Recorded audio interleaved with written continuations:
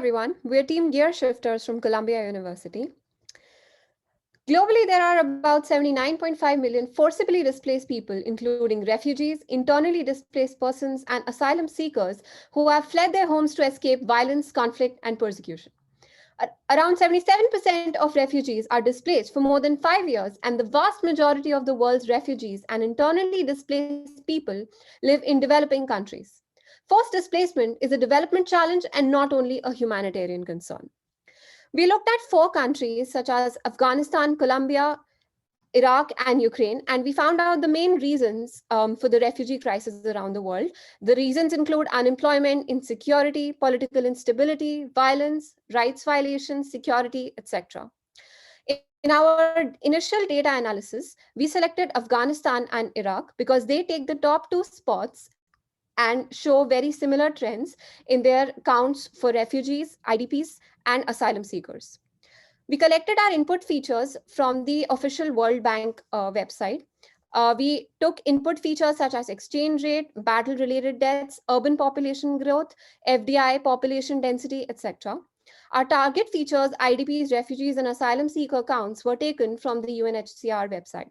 Our focus was to use the features above for Afghanistan and Iraq to predict the refugees, IDPs, and asylum seekers. To begin our modeling, we started doing exploratory data analysis on the important features. And we recognized that we couldn't really find any linear trends between the features and our number of refugees, asylum seekers, and the IDP over the years. Therefore, we decided to follow approaches which are good at predicting non-linear trends like random forests and boosting techniques. The first approach that we followed was a combination of multiple time series forecasting and XGBoost. So we predicted all our features using multiple time series forecasting, and using these forecasted features, we fed them into a prefitted model of XGBoost, which was able to correlate these features with our output of the stock figures of the refugees, asylum seekers, and the IDP. When we applied our models to predict data for Afghanistan, we found some interesting key insights from the basic correlation analysis, such as the year increases, the IDP and the asylum seekers increase, and the battle-related deaths have highly positive correlations with asylum seekers and IDPs. And similarly, fertility, mortality rate have high negative correlation values with asylum seekers and IDPs. In our second approach of modeling, we used exponential smoothing to forecast the input feature data for the features we had taken. And then finally, after comparing models based on the R-square values, we selected the regression model of random forest regressor to finally predict the feature values. Then we also replicated this to Iraq, to the data set for Iraq. And we also found out the final values of refugees, asylum seekers, and asylum seekers for Iraq's data set. And we also found some interesting key insights from the correlation plots for Iraq as well. For example, exchange rate is negatively correlated with internal displacement, asylum seekers, and refugees, and FDI is positively highly correlated with IDPs and asylum seekers.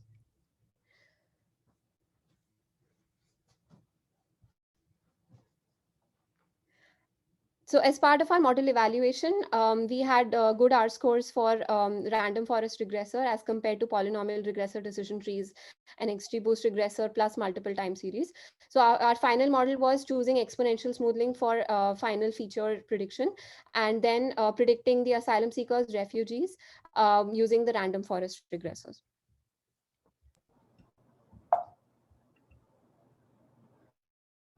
We observe that the features with the highest importances include mortality rate, life expectancy, population density, and battle-related deaths.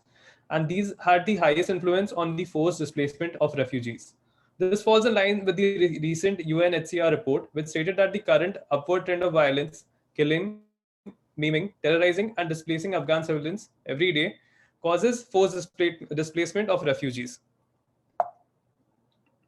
Let's look at our final model prediction. We can see that refugee stock prediction drops a bit and then remains constant. The asylum stock prediction trend shows an increase from the low 2019 value. Finally, IDP stock prediction trend shows a decrease from the high 2019 value.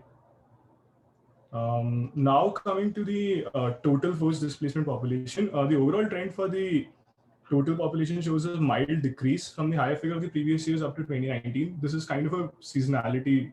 This shows some seasonality trends. Now coming to the insights that we gained from our model. The main reasons behind the crisis in Afghanistan were unemployment, insecurity, and political instability.